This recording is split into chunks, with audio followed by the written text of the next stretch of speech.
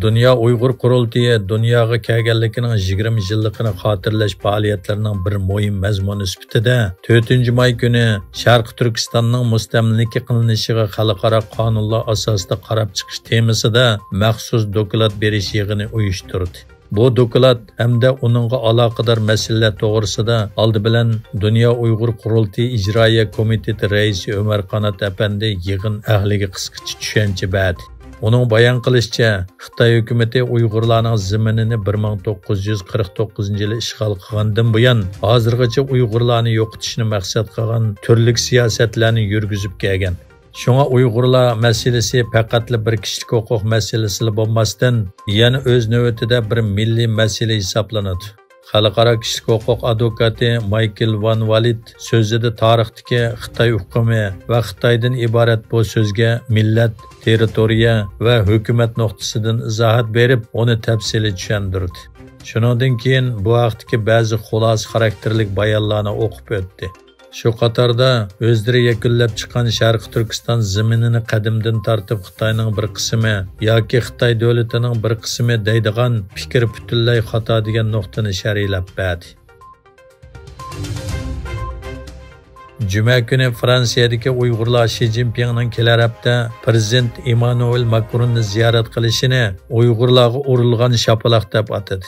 Egilishicha Xi Jinping dushanba, seshanba kunlari Fransiyada rasmiy ziyoratda bo'ladi. Fransiya taratqullarining xabar qilishicha, Yevropa Uyg'ur institutining qurg'uvchisi va Fransiya fuqarosi Dilnur xonim o'zining va boshqalarning Xitoy rahbarlarining ziyoratidan bearam bo'lganligini o'tirg'a qo'ygan. U Xi Jinpingni Uyg'ur xalqining jallati deb tasvirlab mundaq degan. Bu prezident Macronning bizga bir shapaloq sog'anligidan derak beradi. Bo'libmi Fransiyadagi Uyg'urlar uchun kishilik huquqni ko'zitish tashkiloti 3-may bayonot e'lon qilib, Xi Jinpingning ziyorati Macron uchun Xitoy hukumatining og'ir kishilik huquq dafsandichiligini kun tartibga qo'yishning fursati ekanligini, shunga Macronning Xitoy hukumati sodir qilayotgan insoniyatga qarshi jinoyat va og'ir dafsandichiligining badalini o'tirg'a qo'yish kerakligini bildirgan.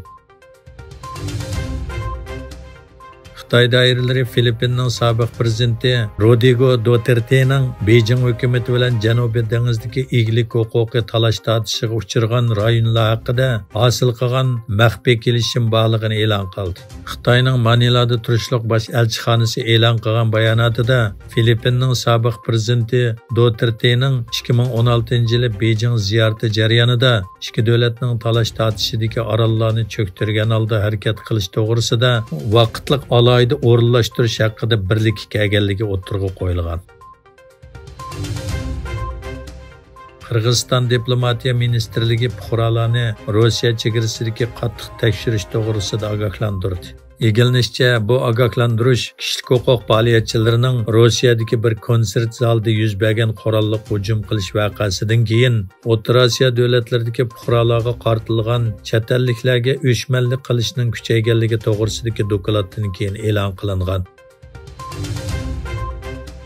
İki qitim Londonning shahar boshlig'i bo'lgan Ishchilar partiyasining musulmon kandidati Sodiqxon Angliyada o'tkazilgan yerlik saylamda 3-qitim g'alaba qildi. Taxminan 44% biletga erishgan shahar boshlig'i uning eng chong raqibi Konservativlar partiyasining a'zosi Susan Xaldin 11 nomer yuqori ovozga erishdi.